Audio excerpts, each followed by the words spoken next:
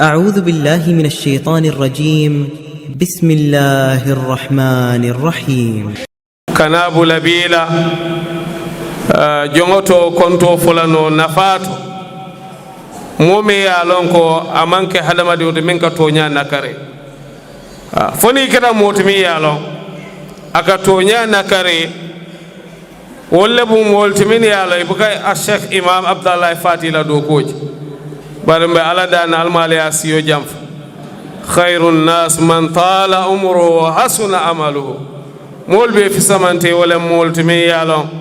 اسيولو جنفته لا بارو نينات المالي أسيو جنف أنا دونيول من يالي بممان كان نيمبانكو كان بركا دينو فتا نمولا كبرين كولي الواتو لا كان أفتا سوني الواتو باي نمبا داولا كوفلا نيمبانكو كان بسوني الواتو لت for 22 years menta mina nunja mbe ala na otumo dawa man sone anyi bankoka but nim kuke de me ala ko ay dino violate ay dino ma ay dino tinya molke la moy munela al ngal la moy fo jumana ala imam be diam lo bundala ba fa imam la mala lon nata nyi bankoka fo moko don teje men sa diam no wal bar moli ala ne ko ate la ya khafu lawmata laimin jere illa kilinna jere robugatin nata man nyanta ka tonya men fasa amo fasa haythu kana alhaq wal adlu nakun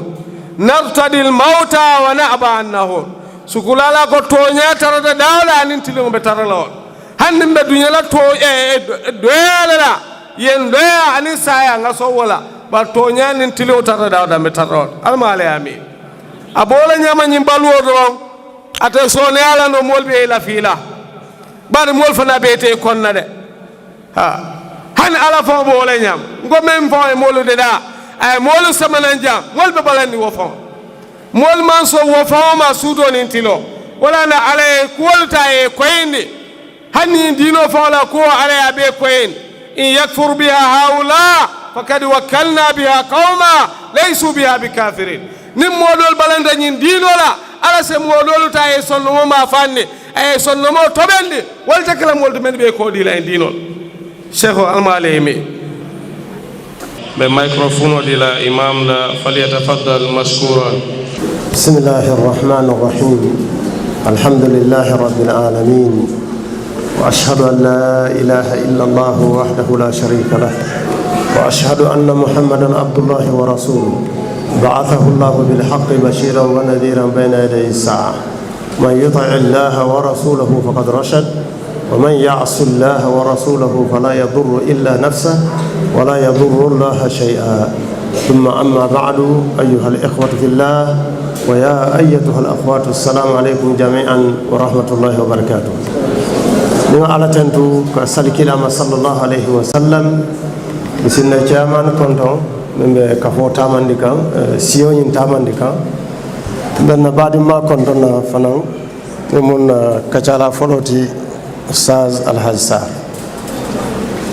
mbe kafo ñin kontonna mine ila kafo tola futu bun kono amira tellem fon fil dala ma tellem to mbe dula adulala okay ngacci baro folo soto ka soto Mariam Balde la bulu ndim mala muso Muhammad Al-Amin yalla ko bimbe tambo mi te bebe Amerique atele kafo ñin ci baro fo ñi anim biawani barin na molu bina lale ala yake ala molu nata mo fula nata wolum bari ni benta siloka e lettre dinna nyina telefon bilon ka dinde woni nyen kan ko nyilla o juma tambila nga nyen karo ko bilam ay ko malo nga lettre o jibe juma nala bari ñun so manda fana jumu salta do ko malo fa nyilla ka chamu bilet na ta kibaro sodo ko bilam alhamdulillah ala baraka na badima Ustaz Ahmad Dabo na benda jana ko nyeko alhamdulillah ko mun kata ko nyeko ni man na dalbe ka jagela ba sa biringeje niyo faru dan ka ni ngalo no wonya man tati nan ka de sansa ndabe futala jandro yang kol so ko no ko di bakunda musolu jama ba wala be juru mare so ko ma yalla nyami ni wato ko no modi ne vita bar vita alhamdulillah be mu islamo en mandole mbal konton na bake kaje ko wali al fan kaf nyoma ka kafo sotondi mi yalon ko misilme kafo lo musol kono min manke tole kafoti amanke sawruba kafoti amanke foral kafoti foral fa dal say malum ka tum buka to fa dal say nta buka to mo say wala alhamdulillah ngamira alhaji sarñal ya fa la say go say ka wala abundance la ilaha illallah wala jawyata bet alaman natal tankalo albe bata soto la because of mimbal yato bala wala mo sakal mutako entum muharabat isikkelo soto wato do yele family fon kono isikkelo soto e kemala bungo kono isikkelo soto society kono be min kono isikkelo soto dunia fon kono barendum wokelolu be alonko ke chomisale ke jubele be lori mun tole ni bambanta ala be fe ni yom fata don ala ye filiji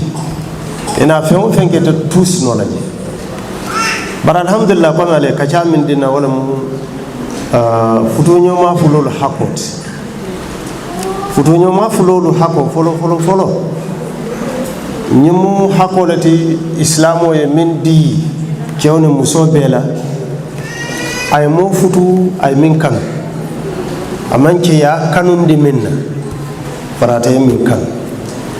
kew hakole ma muso futu ay min kanu muso hakole ma futu kewye ay min kanu Allah ko subhanahu wa ta'ala fankihu ma taba lakum minan nisa min diyata li musolu ta'ala futu tamanke min diyata moli yen bar min diyata te kewye e kawlo futu kila sallallahu alaihi wasallam ako at-tayyibu ahaqqu bi nafsiha muso min nana fututa wala nyanta afangoto safono alindi kare la lafita futula wala wal bintu tustamar bar sunkuto e kata dunya nyenenne kaya maro nyina bul lafite di la kare la yela kumofo idu ko nyaadi kila sallallahu alaihi wasallam atakala musola ka walle ya marali kare nyininka kare le yafo ako nyaadi wa idnuha sumatuha ala dunyo mu dewletina yede munako sabuno to mo musolu kamalu bakele sunkutolu kamalu bak ye futu kumo fay doron asa kumo jimi abuke jabino malo kamma bari bi kadiya mulede lafita mal lafi ka fale amanje mo ko tadi mi kew men fon ye wulu ka fale ko baba mal lafi woto wo mal lafi anyanta korosi balale amanya na fira ka ko dindin kumo le moti do dindin kumante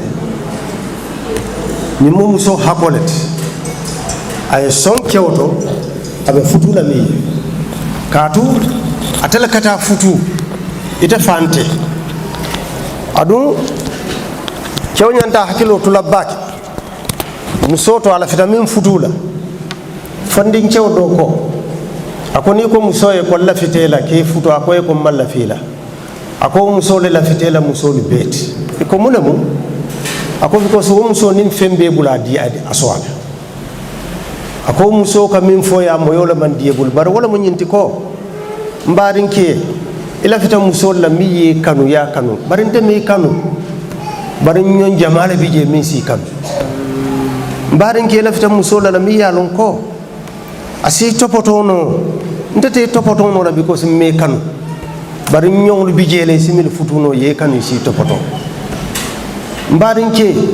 ila fita musol la min si se wondino bungo kono anim banta barinte ta keno la because mi kanu bari nyongol bijele minisi o keno e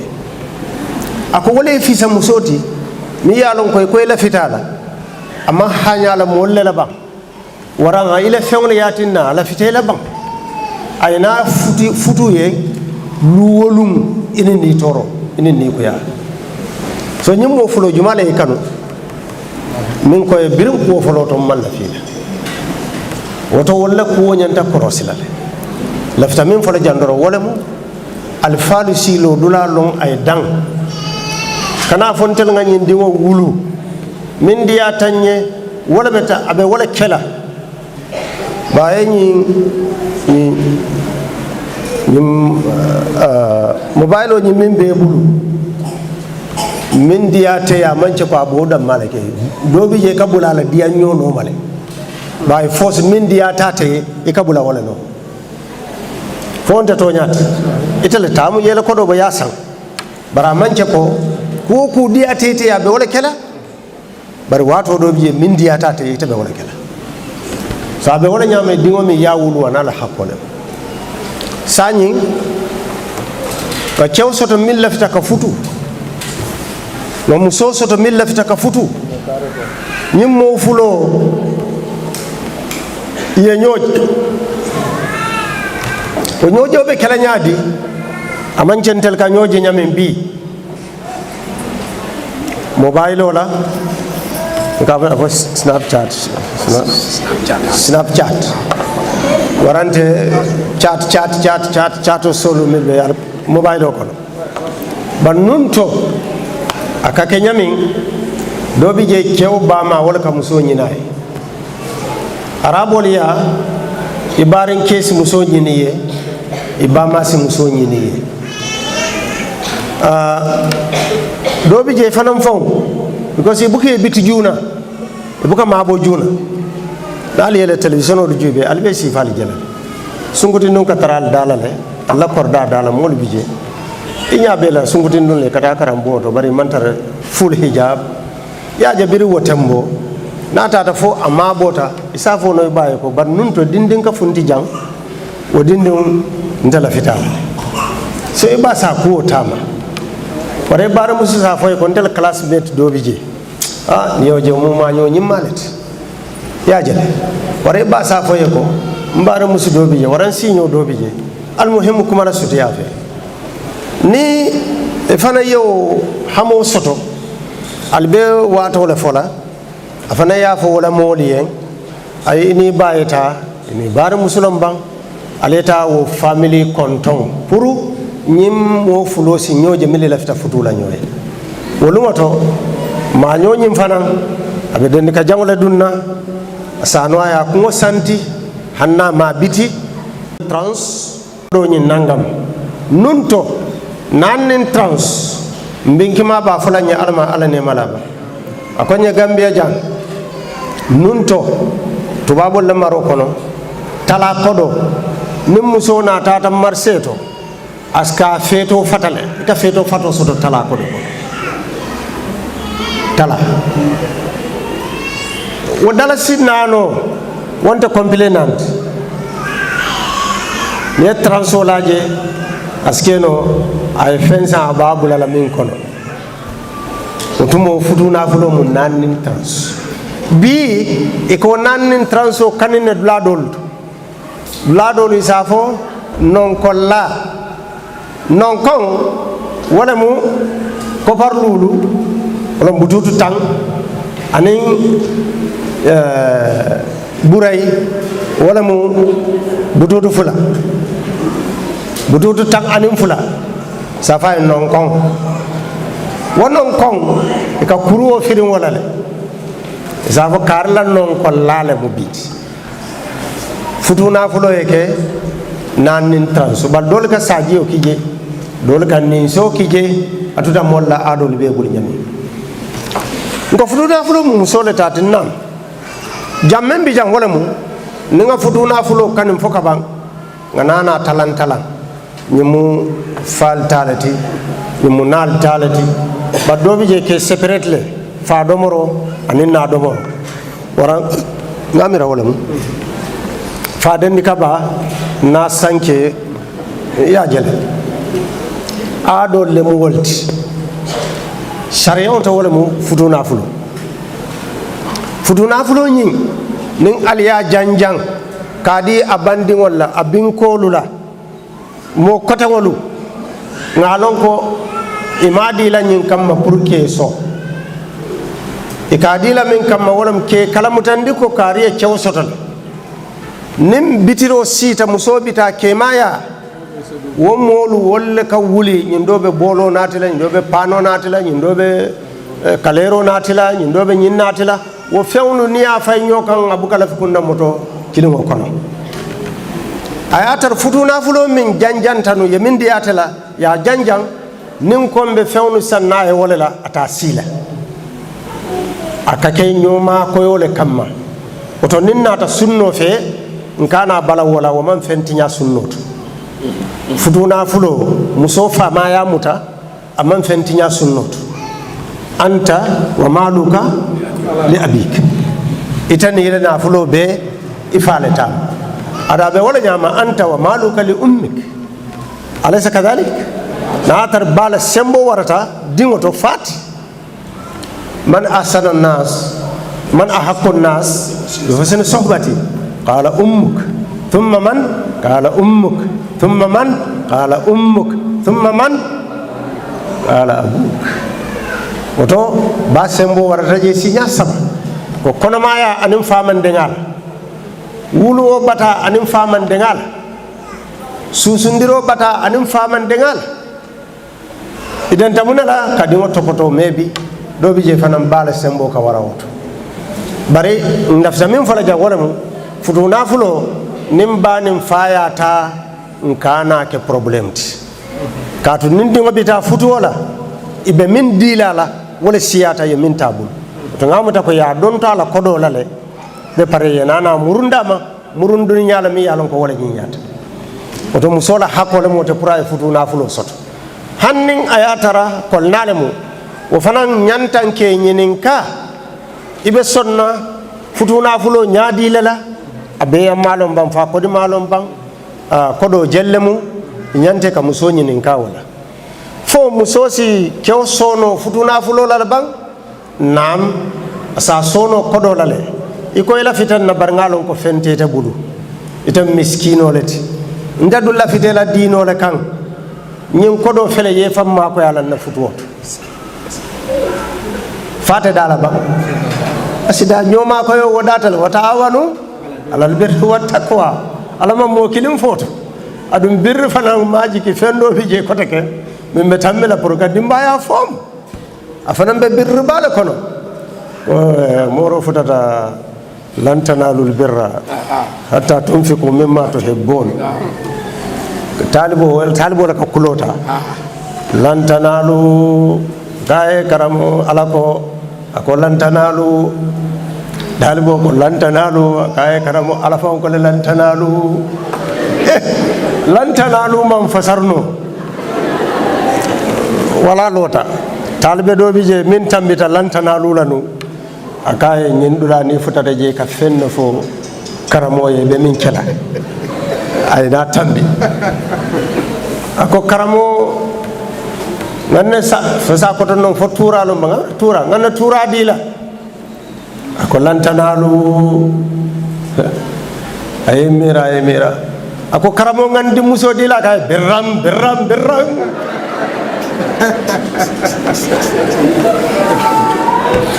odumo talbo di musinyi ma bala babulo majliso ko so alhamdulillah birran soto birran soto so abe wala jaba di muso asafono kewye ko nyim fele ye famma ko yala pour na futo ni natana dal si wuli lulu le la cew kam muso ye wuli lulu di yala dumala akaye famma ko yala ayo wuli lulota aya yitandi ko al dimmuso la futuna fulo fele dimmuso biriya na fulo nyinda kayen ko ike ma fela yele futuna fulo sambana akoye konte yam futa wuli sabola la murundama wuli fulo ali wotuja o fanan data la sariyan ko malon fal ka moy la so min man futu folo kadu min futu ta tamita wala kum nan so abete de tele tam wa in tabna lakum an shay'in minhu nafsan fakuluhu hani'an mari'a ni tata foy fawnu min diyate fawni yalu sola ala domo ay sola yakun ala domo e muso futu siti Dakar ale amira la futu na fulo be kala jelle de ala jes Dakar nga futuwo siti jele wuli tan ja oyel la di musolu ala baadiŋolu wuli tan wuli fulanjaŋ wuli tanniŋ fulanjaŋ wuli fulawo ñiŋ wo ka ke alimamoo le taata miŋ ka futuwo siti yaa jele o fana mu sampuloo le ti nak Dakar kono wuli tan aduŋ musoo ka miŋ be miŋ dunna futu sitiluŋ kewo be miŋ dunna itelu le ye a beeke tabiroo miŋ keta je itelu le ye a beeke kuruwo miŋ santa itelu le ye a saŋ dirinsoo miŋ minta itelu le ye a saŋ ja oyel naafuloo nafaa mu wo le ti baadi misilimoolu bari ñiŋ musoo la futuu naafuloo a ko a faali yen ko lafita salibasoo le la aniŋ alqur'aanoo aniŋ tasalo bari bii Sheikh Alhaji bota miŋ bankee la jaa a diŋo ye alqur'aanoo tanka wo gañeta le faa maŋ gañe a gañeta le woto futuu naafuloo mu musoo hakkoo le ti naa boto woto futuwo ye siti wala mu ya di cewo la ñe futundi nono ndata fala nin cewo ko saso la fengo la akaye ko futuwo ka ke ñaadi le talbe say sayo kaye ko futuwo ka ke usas nten non mala ka ke ñaadi akaye nin ko yen ko ñe futundi ndim musola kare iko ngamutala aka usas ngamutala aka abula yaje nim mo ko aye futunda dim muso lale ikaye ko ngamut nsonta sede fula sotota wala mu futu sitote futu wo sititala sañ min tutaje duwale mo ale jamoyde okay ñina mu futu sitote al ijab wal qabul o akoyen ko idi muso dinna ila maramo dinna nga futu e kayen ko nga dilale sede fula sotota futu o sititale min tutaje duwale moti alena futu na fulo woto ijabo kabulu nyanta sotolale womu cewni muso be hakolet ita cewo ni muso hakole mu yatu seneyarin foyalon ko futu o sititena temale ina yana kukaf ita muso cew hakkole mu ikana nambara ya batu fo futuwo ye siti o kola nalibina min kela aliyaki ñin kara fulo be ni ngaji nga fo nga be moyla be ketale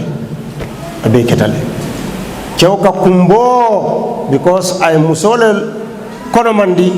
mi yalon ko futuwo man siti tema folo ye ñola hidi futuwo la bar jannim futuwo be sitla kono fundita muso bala muso ka kumbo katu kono le funtita bala ado aya tara masalan alla miro be kala mulut muso ye si ye futu siti kewe tama sanji tan ibe siri ibe fammu tarin kew man na e kaye ko yam fuma yebula ayebula ceedo e ceedoje kala fitela masalan mbe jumola kon ila molu ko ara misa min kana min ba kan mbe futu sitla aya tar ite nyantela kuro jelale janni wo ngata janni wo ara miso tema ye fandi nyin kewla karo e sawila ani miso te banno la baade sanji tan ibe famu tare lo kun kilin fula kono me fam marano ni love play ali jam fala al borala wamira al kafo nyam love play ali jam fala nte ku kela bar momo ye dros nga tulung nga kampanya no esanso nin dimba wol bukatulu wol nta tulun nyoti lahi wol nta tulun nyoti ni yelon di nyodala dole ka do walin ma kala rajulun bimra'atin illa wa kana ash-shaytanu thalithahuma kenen man fere musofe fo shaytano yake sabanjawti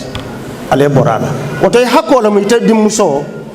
yewo pareña ñimma soto ila moolu kono yewo kafo soto yewo hormonin buña soto yeñi kayete dandan cewye kayen ko hin ime fandiyala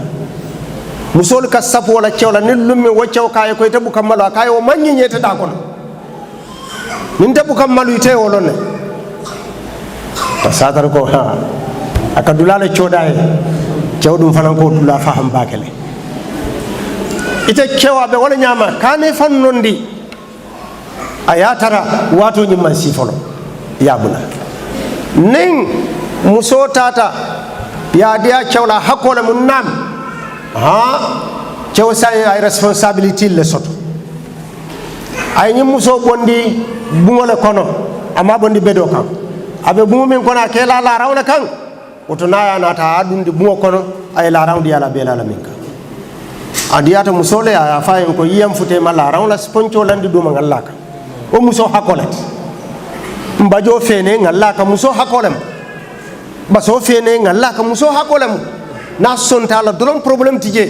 bari kewyala katoke kajo ka ñanto kelal muso hakkolem ya bondi damin aka da samala ka konta ka sima wara ka domor le nga fo ñama nana te ñanta kat lay domoro di yalla muso hakkolem atala sa fono ko nta simfanda ñini nole mbedo ko la waram faamu fentiyolati waram barinkel mu fentiyolati man dépense kule kan bara hakolem a hakolem a bota dami ka feto fatale o feto fato pour ya diala amanke asobiti de feto fato ni dolu ko sankono complet fula wolon banna salo ani sunkar salo ni tata siano woti alhamdulillah ni dasata la fanan sankono manyana fola complet iñantele kato kela pour ayo soto na ko yam futa atela hakomu asi yam fulo fanannale aya keno a fayi jararo jama bukabula kuwol kono bar muso hakole mu de ka jara abe dépense le kono wadum dolnalu dolu ka tele ka fo hukukun maliya wa hukukun ghair maliya hukukun maliya fenkol be wala nafulu hako anin hakol min yalon ko nafulo nta wotti hakol min yalon ko nafulo nga walla dolu foten walla mu ñun katu nafulo la kanyil sotandi pour que dim sola hako mi yalon ko amanke nafuloti wala mu ñinti ko muso ñin ni ya kanu ñantele kano yitandi lalale ibn abbas ko radiyallahu anhu nkala file ngam paren na muso ye ko nkala fi musiye pare ñami bare nte dol min yalon ko wato do jeni be funtile musiye muta ko ye nit ñi fintila bawon si complet kilo dunna si keno lo ko be mbala ngaji tije muso fana mbukala fi wala ya fahmu afana kala file urara ne ye ku ye pare ye parfum ye siya dalay man ta dulato ay si ku ay ataya chur na chur fu ay la filo sila ay jindiku ashero bide kan ayatara ta fanam fombe damin abe 5 masha Allah na wulita isa jube na sita isa jube na jeleta isa jube na diamuta isa jube na ya kuntinyo kede isa jube masha Allah sekal haj fudo diata nam so nyina bije kewni muso kanu ay tandala ko nge kanule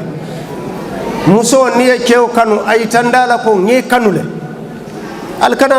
tel danku anin kebal min ventale ni wo kay kebal ko ni wo ce kulole maranta account abe maran nan account ko katun tala mu nyenti nga kala mutannana be karawna wati min nata lifola ntata simmusu dala wañe dala wutum ma samba folo mbe ku caajo ko tikkangaay hey sa taw bomo be tambele kanyo fa alaji inna aliji be ma aketa ne menajot ya jole ndel bele bina sila ko domo kodi naɓe kuwañokon gata nga kucca yokota e ay kanjo bonde nga ka kulundin kono mbano fil mbatula kasi o kasi to so ñina bije cewoye muso kan musoya kan wo yimmo fulo be kilin o kilin hakolet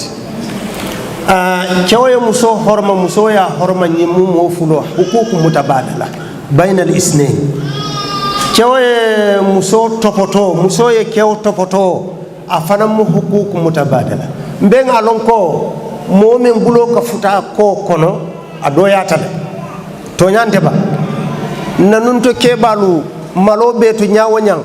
ko be to ñawo ñang do bi je ni dunta jonkon lay sile muso ko mani safa nan koma so sita sa koma ya jele o to mu ko be to balati tel karola mfana ngabulan na ko kono kila sallallahu alaihi wasallam na karanna ko aninna aisha atonde salama walla maimuna ike ku jonkon kilin janabu ku nyokan ikalo mune kono iksalon ko nyimmuso akay kuno a nyamale kende ke ku nyamale correct wo problème na a tententa dron askema siboti cew jakalti Brian kola fonye kay ko wonte problème o damal la fi lambola ama kay ko problème te kana batandi ayera silinka liaso de silinka ko te kata fle lambo fa foto nyande abada so ko do li bija manjare sonkala manjare fitna la solution o balale ya jël ha mol la malolu man kanya na ya jël barbitun dum alay fenko kalale alquran o to ma foko futo mu suto da marati ha alaya fole ko suba kola min qabli salatul fajr nam janni suba be salla kana dunyo kan tilona ka ina tad'una siyabakum min ad-dhahirati tilbula ba al-qailula wato fanamu kulati mi yalon ko masha Allah wo بعد الإشاء بعد الإشاء نعم فالحمدلله ثاني حكو بجميع لونكو ولم حق التمتع نيمو فلو بي pour que niyo diyandi ikaf nyomala nam ciosa niyo diyandi fen wo fen nabe muso bala ciosa fan niyo diyandi no alal min ñanta moosile ka moosi min ñanta libala ya liba min ñanta timpala ya timpa min ñanta ñafula ya ñafu ya faham ye niyo diyandi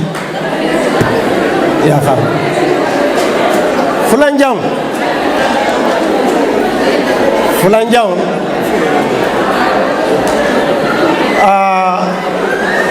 muso fana be wala ñama asafan niyo diyandi no cewla min ñanta mutala bala ya mutaba min ñanta juibe la ya juibe italem ha italem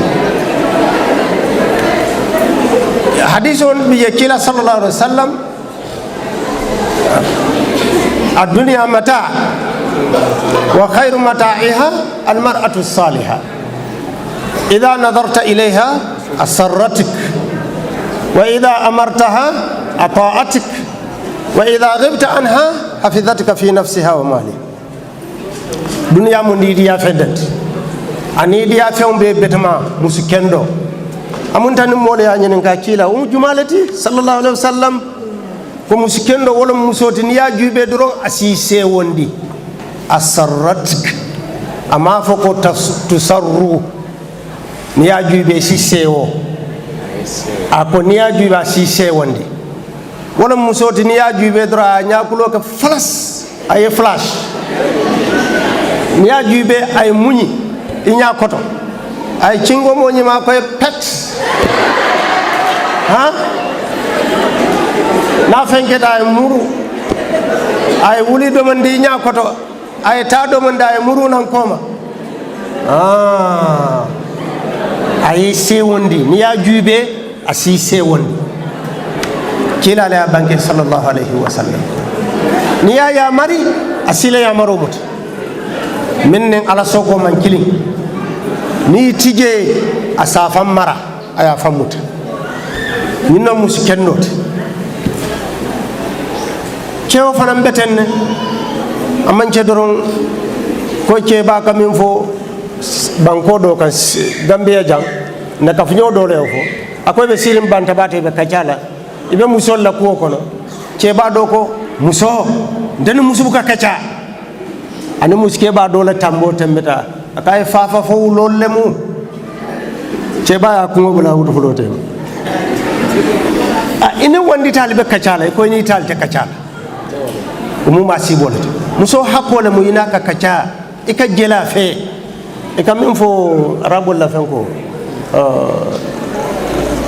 malo asadun alayya madi wa na'amatun mala ka fanya dile yani ni benta ya jatole muyti ni be intanoli ya ke kuruntu suruntu kunoti ka selekan mo dole bi je ni wol ye nyati li la kordale li dimba ya kijole ke fara nimbe tuluna ka tenkunde nimbe jelola keydele umambe te abadu muslimun wandi dingole mu nyinti e nyante ka jela fe e nyante ka tulundi kila sallallahu alaihi wasallam mun fa abdurrahman ibn awf radiyallahu anhu halla bikran tudaibuha wa tudaibuk mun atine man formu sunkuto futu ika tulunda ke tulundi ha mor keba dole sunkuto futu sani otumonte dindi ndata be fulake ba dole ya dinde nyembe atulundi kan sukuti ndi aba tulundi kan ay tafi abate bulu aba fal be butela le be butela le faka finjale bang faka fulake ba nyembe siri sa mbirum findita fulake ba ka ko nemmen koye ko nte tambita dindin tulun wala le afay kana sunkuti ndi futude aji so wala mu cewnyanta ka muso tulundi wo mu fennati mi yalon ko muso fana hakolet wala yatinna futu bon dol ko no problème o kanaje nte kacala nyalbe kuyare nyofe nin natale mu min do sulata ka funyola dorom abanta fudo te tema ko ngani nya bade muslimolu al nga bala fa nyoye fulan jaw na kata ga nyola hakko diala la ran musola hakolem asa kanin no cewbulu cew fana hakolem asa kanin no musobulu bar muso dol bije itel kammalu le ka fa cewe kon sulatela ni maluta ka fa en sulatela ipare kamma bang pare nyala mi yalon koy sa hakilo ta ka attract pura hako ina fomba lon nako yimbe la firin nale abe sirinda mi ni tata ye pare nan fo jek ina te sita si ko ya kawmu ta ye minala abalo na kube nyin dolade kodi bar sheikh jaji si kodi rahimahullah ye tibako kankuran yeta yela laran dam foto jana bakatoto ye kumbalum saba faida fi futale ido bombon kulom ita bambare kula bide warande fitro e bala dore ka fako muna prasamol te bulu bang la dem mambalo kalam fo bela non bi be kalamante yalla ya fa so alhamdulillah wato do bije alsi hekat cew dol bije e hakilo kanyam bata futu wala karola e kam solo batandi baake molu man kanyan sembola molu man kanyan la fola telbe majil soko no wati mi e ka fako ni umurul qais tiyo be kewme bala o ka jarbi baake musola ale umurul qais ale alon alaju ba falali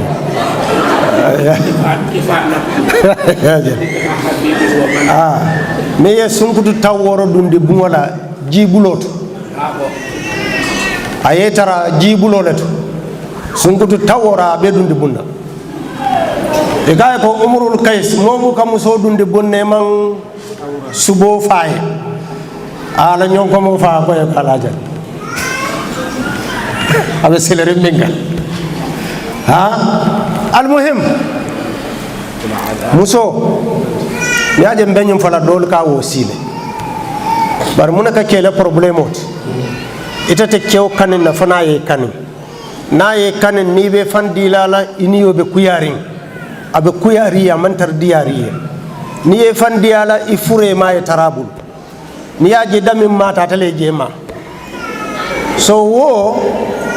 i ka lanfule yebbata kew koto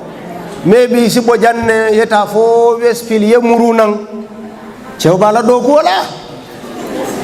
itabe pasira koto muna be dahandi la kana son cewoya la no julo suute ñaato kana son cewoye yabu aleji moy wo ke sifaniya sote para kamma comme so ila bu topoto il faut dada cendek ya dinde woni sinon di juna amuta fay ñafal tada